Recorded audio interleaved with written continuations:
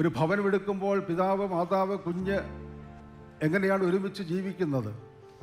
ഇവിടെ പിതാവിനൊരു പ്രത്യേകതയുണ്ട്, മാതാവിനൊരു പ്രത്യേകതയുണ്ട്, മകന് അല്ലെങ്കിൽ മകൾക്ക് ഒരു പ്രത്യേകതയുണ്ട്. എല്ലാവരും ഒരുപോലെയല്ല. എല്ലാവരും ഒരുപോലെയാകണമെന്ന് പറഞ്ഞാൽ സാധ്യമാകില്ല.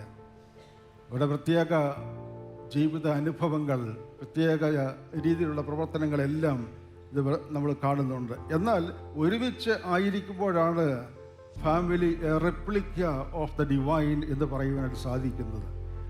ഈ ദൈവത്തിൻ്റെ ആ ഒരു റെപ്ലിക്കയാണ്, പ്രതിഫലനമാണ് എൻ്റെ കുടുംബം എന്ന് പറയുവാൻ സാധിക്കുന്നത്.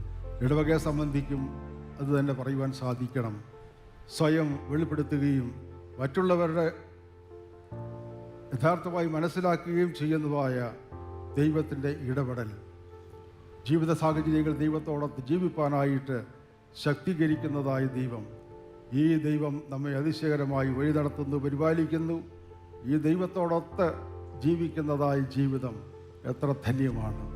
അതുകൊണ്ട് പിതാവായ ദൈവത്തിൻ്റെ സ്നേഹം, ഏകപുത്രൻ്റെ കൃപ, പരിശുദ്ധ റൂഹായുടെ സംസർഗം, സഹവാസം ഇതനുഭവിച്ചുകൊണ്ട് വിശ്വാസ സമൂഹം മുന്നോട്ട് ജീവിതത്തെ നയിക്കുമ്പോൾ എൻ്റെ ദൈവമേ എന്ന് പറയുമ്പോൾ ഇതെല്ലാം ഇതിലുണ്ട് എന്നുള്ളതായ ബോധം നമുക്ക് ആവശ്യമാണ്.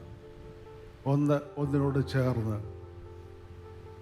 ഒന്നിനെ വെളിപ്പെടുത്തുന്നതായ, ഒന്നിലൂടെ ഈ സ്നേഹത്തിൻ്റെ